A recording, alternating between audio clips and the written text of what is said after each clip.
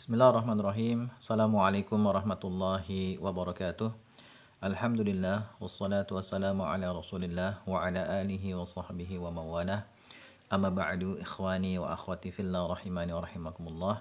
Kita lanjutkan kembali ya pembahasan kita tentang 9 langkah mengajarkan bahasa Arab untuk pemula ya dengan metode Fahimna. Kita sudah bahas langkah yang pertama yaitu kita jelaskan target jangka pendek kita belajar bahasa Arab, yaitu bisa menyusun kalimat sempurna ya, al-jumlatul mufidah.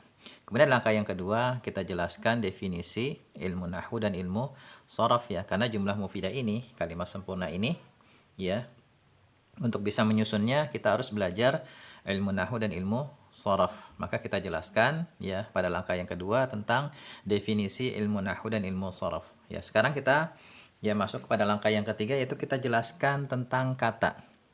Kenapa kata? Ya karena kalimat itu kan tersusun dari kata. Ya misalnya kita menyusun kalimat dalam bahasa Indonesia misalnya ya Budi makan nasi. Ya itu kan satu kalimat. Ya satu kalimat ini terdiri dari 3 kata kan.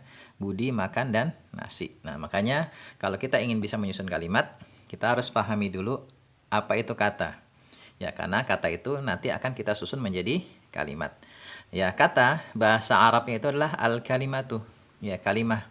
Al-kalimatu. Sedangkan kalimat bahasa Arabnya al-jumlatu. Ya, kalimat sempurna al-jumlatul mufidatu. Ya, jadi al-kalimatu ini kata. Ya, al-kalimatu ini kata. Nah, kita jelaskan kepada siswa kita apa itu kata ya, yang nanti dengan kata ini kita bisa menyusun menjadi kalimat sempurna. Kita jelaskan ya. Gampangnya gini, kata adalah penyusun kalimat.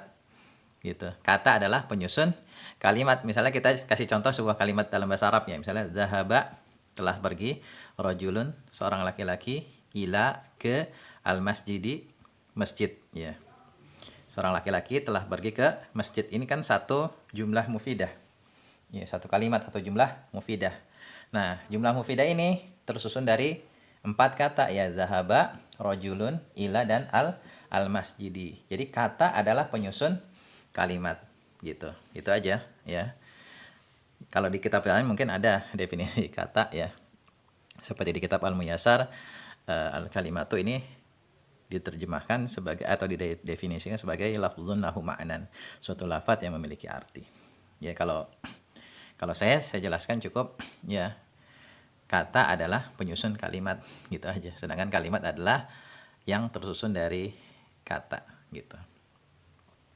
Nah kemudian kata ini terbagi menjadi 3. Ya dalam bahasa Arab kata hanya terbagi menjadi 3, yaitu ismun, fi'lun, dan harfun. Ismun, fi'lun, dan harfun. Nah kemudian kita jelaskan apa itu isim, apa itu fi'il, dan apa itu huruf. Nah kalau di buku-buku yang saya tulis, ya isim ini saya definisikan ya dengan kata yang menunjukkan yang memiliki makna 8 hal ya, atau kata yang menunjukkan 8 hal. Kata yang menunjukkan 8 hal: manusia, hewan, tumbuhan, benda mati, sifat, waktu, tempat, dan sesuatu yang bersifat abstrak. Kemudian saya beri contohnya masing-masing. Ya, yang menunjukkan manusia misalnya rojulun, zaidun, hewan misalnya asadun, tumbuhan, syajaratun, dan lain sebagainya. Ya contoh-contohnya bisa dilihat ya di buku ini, misalnya di buku belajar menyusun kalimat ya. Bisa dilihat contoh-contohnya di situ. Nah, kemudian setelah definisi ini saya jelaskan juga ya tentang ciri-ciri isim. Jadi isim ini bisa dikenali selain dari maknanya juga dari tulisannya. Ya. Saya jelaskan 3 paling enggak ya. Ada tanwin di akhirnya, ada alif lam di awalnya, atau di akhirnya tak marbutah. Yaitu ada tanwin atau ada alif lam atau di akhirnya tak marbutah. Ciri-ciri isim untuk mengenali isim. Yaitu untuk isim ya. Kemudian fi'il ini kata kerja. Ya gampang gitu, kata kerja. Dan kita jelaskan bahwasanya kata kerja dalam bahasa Arab itu ada 3 kelompok, yaitu kata kerja untuk waktu lampau yaitu fi'il maudhi, kemudian kata kerja waktu sekarang atau akan datang fi'il mudhari', dan kata kerja perintah fi'il amr. Kemudian kita contohkan ya misalnya zahaba telah pergi, yazhabu sedang pergi, izhab pergilah, atau contoh-contoh yang lainnya. Ya, itu untuk fi'il ya. Kemudian ya untuk harfun huruf Ya, kalau saya definisikan huruf ini kata depan atau kata sambung. Ya, seperti padanannya kalau dalam bahasa Indonesia misalnya dari, ke, dan. Nah, itu. Kemudian saya sampaikan bahwasanya ada huruf yang populer ya, dua kelompok huruf yang populer. Atau saya jelaskan terlebih dahulu bahwasanya huruf ini jumlahnya terhingga bisa dihitung. Dan dari jumlah yang terhingga itu, ya, yang jumlahnya sekitar 80-an, ya saya sampaikan jumlahnya sekitar 80-an.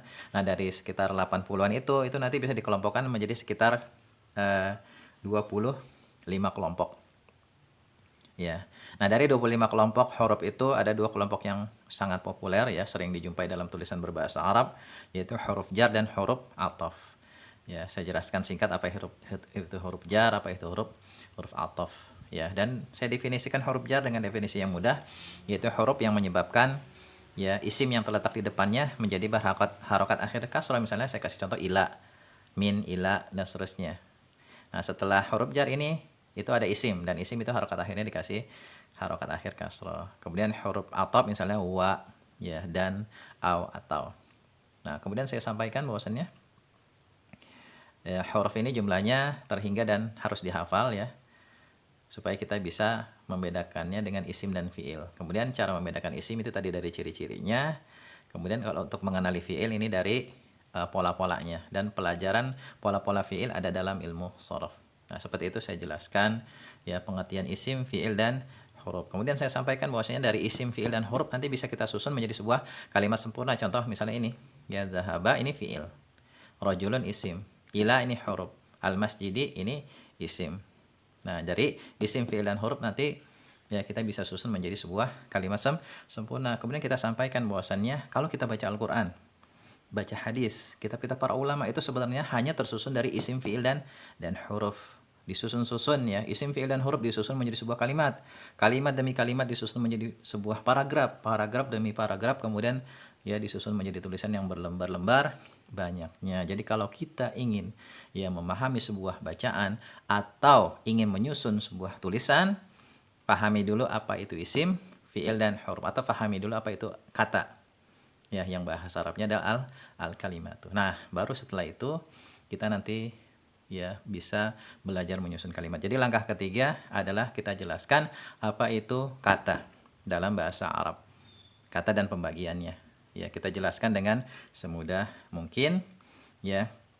Dan penerapannya prakteknya bisa baca di buku ini atau di buku-buku yang sudah saya share ya, e-booknya bisa lihat di kolom deskripsi, antum silakan manfaatkan untuk diajarkan kepada kawan-kawan antum di rumah ya. Barangkali ini ya langkah ketiga. Insyaallah setelah ini kita akan masuk langkah yang keempat. Semoga bisa difahami ya. Assalamualaikum warahmatullahi wabarakatuh.